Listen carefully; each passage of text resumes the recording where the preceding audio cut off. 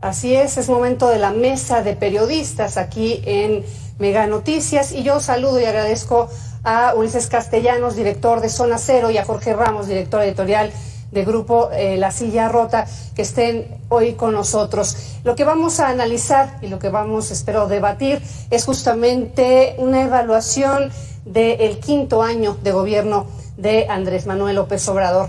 Y que, bueno, sabemos que este último año inició el 1 de octubre, pero desde mi perspectiva, y me gustaría saber la suya, ha sido, digamos, a partir del 1 de octubre, un año que me ha parecido un torbellino por una serie de decisiones importantes que ha querido colocar el presidente justamente antes de salir del gobierno y de esta administración. A ver, Ulises Castellanos, adelante.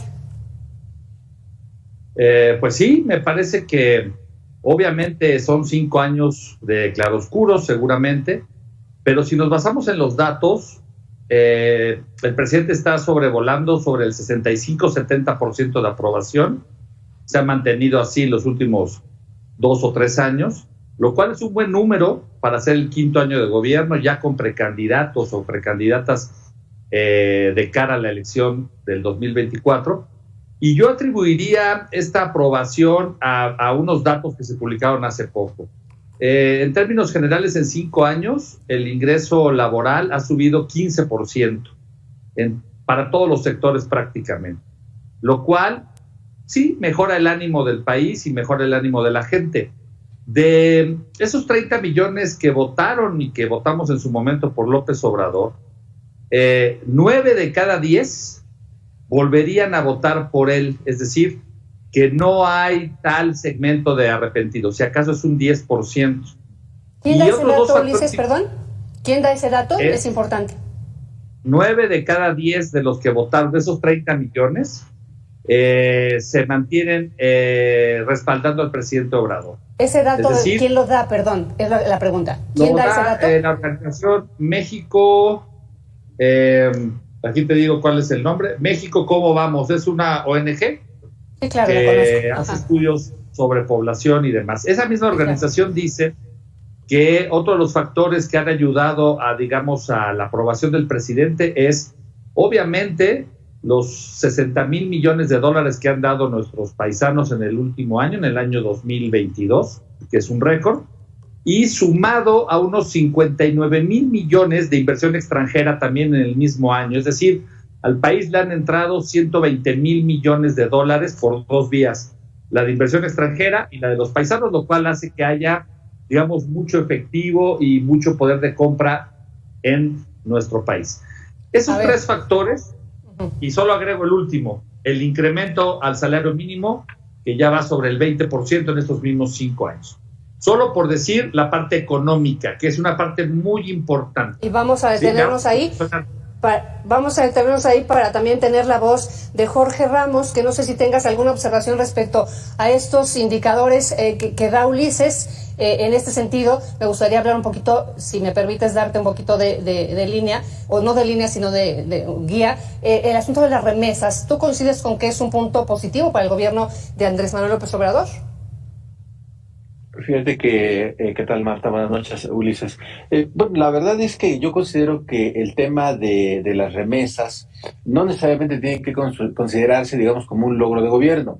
Es lamentablemente gente, mexicanos, que tienen que emigrar a los Estados Unidos en busca de un mejor ingreso, de mejores oportunidades, y eso, bueno, se devuelve en remesas, en dinero líquido para el país, y eso es positivo para el país, pero no es un logro del gobierno. Debería ser una vergüenza para los gobiernos que creciera este ingreso. Debería reducirse, quizás no eliminarse. Creo que habrá gente que en cualquier circunstancia diga, yo quiero ganar más y quiero ganar en dólares. Está bien, pero creo que debería reducirse en lugar de ampliarse. Ese es mi punto de vista personal. Y luego fíjate que desde hace por lo menos un par de años, Jorge Andrés Castañeda publicó un artículo en el Heraldo de México donde él decía que había sospechas respecto de parte de ese dinero que estaba ingresando a México como remesas, podría ser lavado de dinero. En aquel momento yo se lo pregunté, me dio algunas luces respecto de por qué ese dinero estaba ingresando a México y por qué considerar que parte de eso fuera el lavado de dinero.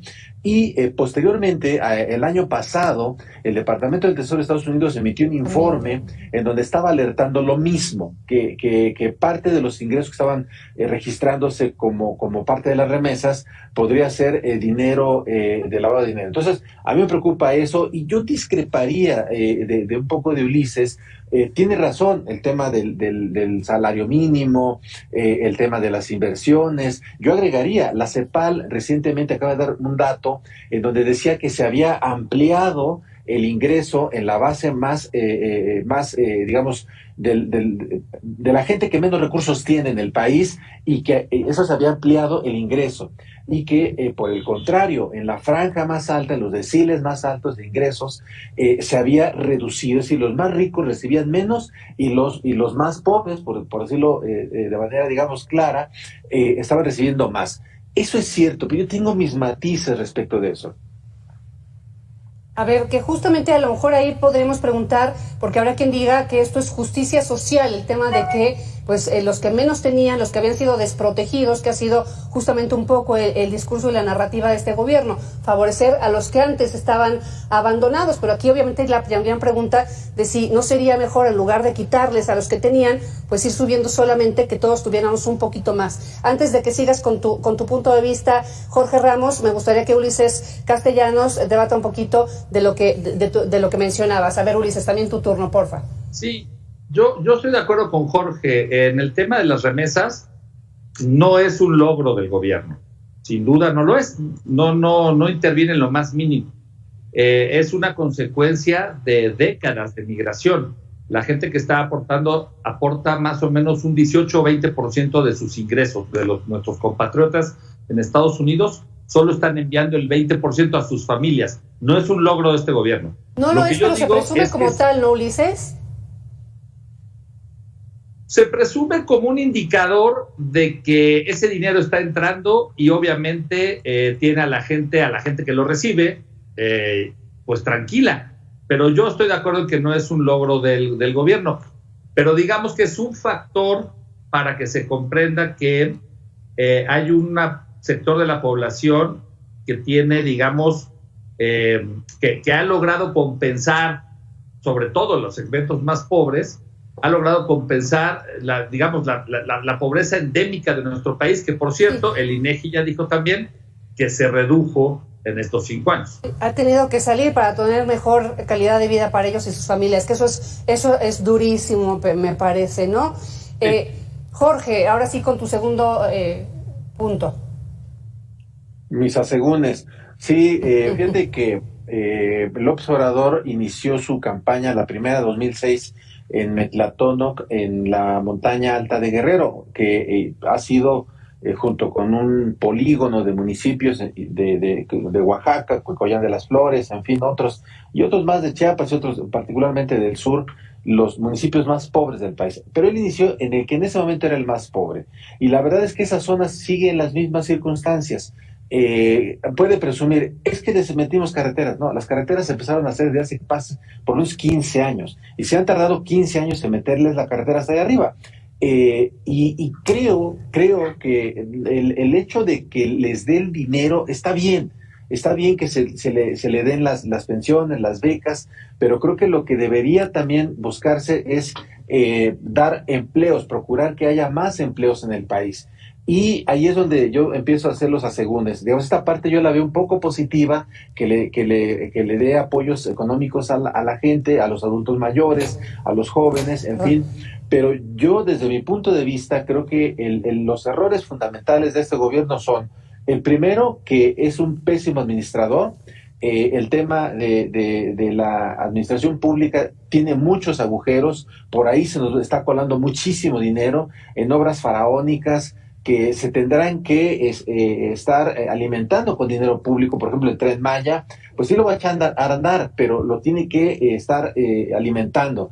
El AIFA, por ejemplo, también está recibiendo recursos que no está ingresando, es decir, son obras que no están funcionando y el costo, por ejemplo, de Dos Bocas se ha multiplicado varias veces el costo inicial. Entonces, insisto, hay una falla en la administración pública y la otra parte tiene que ver con la corrupción. No se ha acabado y sigue habiendo hoyos tremendos. Sí, a ver, me parece que del AIFA es difícil rebatir que no ha funcionado porque justamente me parece que no ha terminado de cuajar. A lo mejor el Tren Maya, pues vamos a ver cuando empiece ya su operación, qué tanto beneficio trae a las comunidades, porque ese es de alguna forma por lo que se colocó el Tren Maya, para traer desarrollo al sureste mexicano, y que es importante ver realmente cómo funciona como modelo justamente de desarrollo económico para la zona, ¿no? Pero me parece que el asunto del AIFA, ha habido muchos esfuerzos, muchos decretos, etcétera, pero que no termina de cuajar, y me gustaría saber tu punto de vista, Ulises. Sí, mira, yo coincido con lo que dice Jorge, o sea, es decir, el Tren Maya va a necesitar subsidios varios años, probablemente sí. El tema del AIFA, le hace falta tiempo para que las aerolíneas encuentren la manera de aprovechar ese aeropuerto, sí. Se fue más cara lo de Dos Bocas, efectivamente, lamentablemente, como en muchos proyectos ejecutivos, el dinero nunca alcanza. Pero ¿Entonces coincides en que ha sido una mala administración? No, yo creo que los resultados no se van a ver ahorita. Yo creo que hay que tener paciencia y que tenemos que esperar años para ver el resultado de lo que pase con el Tren Maya, con el AIFA, y lo que al final refine la refinería de Dos Bocas. Hoy en día tenemos como que la percepción pública o la percepción colectiva de que las cosas tienen que funcionar de manera inmediata, como si los problemas que tenemos en este país se hubieran desatado en estos años. Tenemos problemas de décadas que no se pueden solucionar en un sexenio. Yo creo que hay que tener paciencia para esperar. No le va a tocar ni siquiera a López Obrador recoger los frutos de esas inversiones públicas.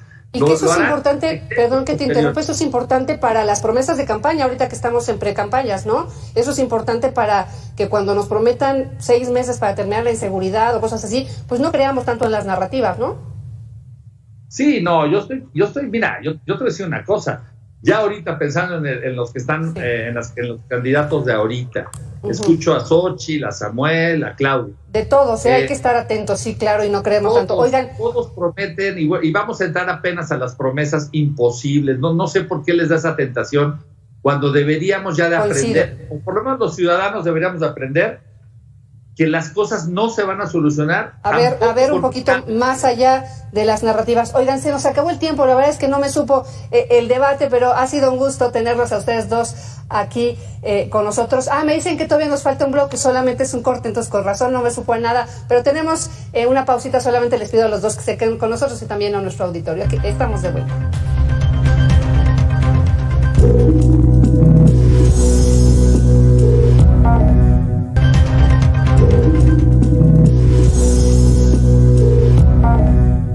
Ya estamos de regreso en esta mesa de periodistas, Ulises Castellanos, Jorge Ramos, Zona Cero, La Silla Rota con nosotros. Y bueno, estábamos hablando justamente de esas promesas que se hacen en campaña, en pre-campaña, y lo que realmente se logra en gobierno, y que la verdad es que tenemos que estar atentos porque muchas veces incluso se pone como argumento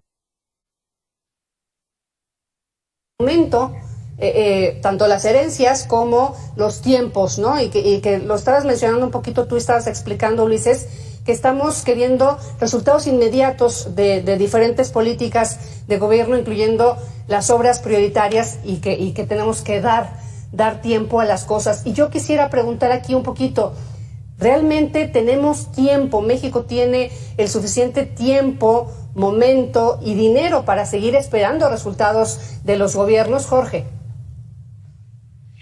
Híjole, lo que pasa es que Ulises tiene razón, pedimos resultados que se den rápidamente y no hay esa paciencia.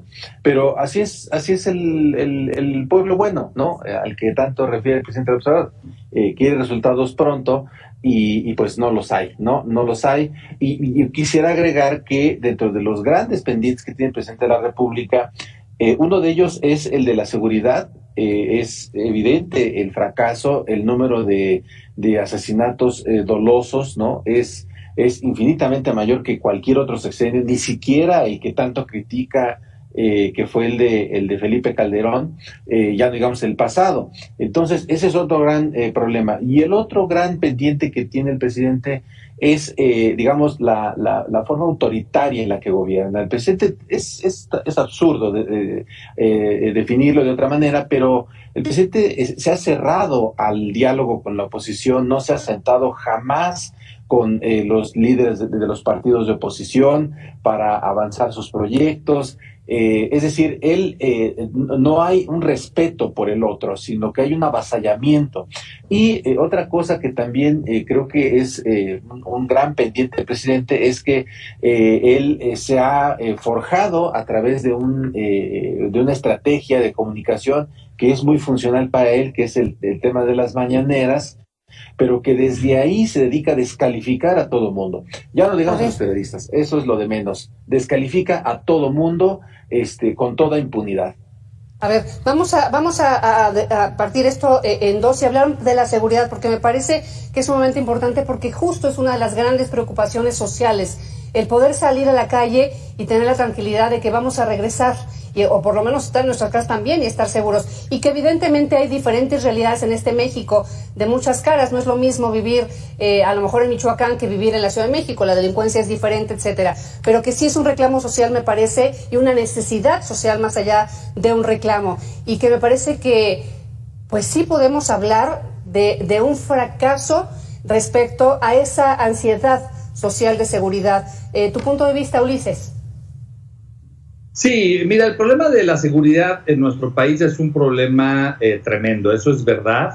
Las cifras que da Jorge, pues sí, las comparto, las suscribo, pero no lo explicaría de la misma manera. El problema de la inseguridad en este país tiene que ver con el crimen organizado, combinado con la impunidad, combinado con la corrupción y probablemente con la omisión o complicidad de autoridades de cualquier nivel de gobierno y de cualquier partido. Pero otra vez me gustaría apelar al tiempo. Desde los 80 tenemos narcotráfico, por lo menos de manera medible y con nombres, ¿no? Caro Quintero, Félix Gallardo, desde los 80. 20 años del siglo XX más 20 de van 40 años, 43 años, más 2 años anteriores con N. Guerra y los contrabandistas en la frontera a mediados del siglo XX. Es imposible que en 5 años se detenga esa espiral. Lo que yo sí creo es que se ha contenido. También somos un país ya de 130 millones de habitantes y eso hace también que el porcentaje por cada 100,000 habitantes de la gente que muere por violencia, pues también suban en términos cuantitativos. Oye, habrá que ver los porcentajes. Pero pues me parece que la solución también tardará en llegar. Sí, aquí creo que coincidimos los tres en que el tema del narcotráfico no es un fenómeno que naciera con Andrés Manuel López Obrador. Ahora sí que es absurdo y estéril hablar de que surgió en esta administración. También es absurdo, me parece decir que pues Felipe Calderón le pegó al avispero y se de alguna forma se incrementó la virulencia del crimen organizado, por lo menos visible hacia la sociedad y respecto a las agresiones a la sociedad, pero que también creo que tampoco podemos negar que lamentablemente se ha dejado crecer en esta administración al crimen organizado, y prueba de ello es justamente cómo el crimen organizado ha permeado en actividades, digamos, lícitas, con dinero ilícito, y podemos hablar de extorsiones, del derecho de piso, que parece descontrolable o descontrolado en este momento en el país. Jorge. Sí, totalmente. Mira, en el caso, por ejemplo, de la Ciudad de México, y es algo que se ha contado muy poquito, y creo que ahí los medios nos falta contar esa parte, pero hay tienditas, y en cualquier colonia, en donde los narcos llegan y cobran derecho de piso. En los restaurantes, los más lujosos, llegan los narcos y les dicen a los dueños de los restaurantes, oye, o me das una cantidad mensual o me dejas vender droga, cualquiera de las dos opciones. Y eso está ocurriendo en la Ciudad de México, eso es real. Y en las carreteras, por ejemplo, podemos ver cómo en una autopista entre Guanajuato y Jalisco, los narcotraficantes pueden robarse un tráiler Madrina completo, sí, repleto de autos de lujo, y nadie hace nada, a pesar de que en redes sociales la gente está diciendo, se están robando un camión con vehículos nuevos, y la Guardia Nacional no llega. La Guardia Nacional se ha escondido, eso hay que decirlo, no está cuidando las carreteras. Importante esto, tampoco el derecho de piso surgió con Andrés Manuel López Obrador, pero se ha incrementado, y me gustaría preguntarte, Ulises Castellanos, ¿tú ves que se le ha dado la importancia en esta administración de este impuesto del crimen organizado a la sociedad mexicana en este gobierno? No, mira, particularmente el derecho de piso es un delito con una cifra negra muy alta, porque es un atraco que se hace de una manera, la mayoría de las veces, poco violenta, porque llega alguien nada más y pide dinero. Solo lo vemos expresado cuando matan a alguien por no dar dinero, pero mientras eso sucede, 500 están pagando. Entonces, es un delito difícil de perseguir porque no existe, digamos, el delito infragante o lo que sea. Segundo... Y porque da miedo denunciar, ¿no? Da miedo denunciar porque no sabemos si la autoridad está metida. Tenemos un gran déficit. Mira, yo creo que el próximo sexenio debería poner énfasis precisamente en las fiscalías y en las policías. Tenemos un enorme déficit presupuestal y de calidad ética de los policías a todos los niveles, con bajos salarios y poca capacidad de respuesta.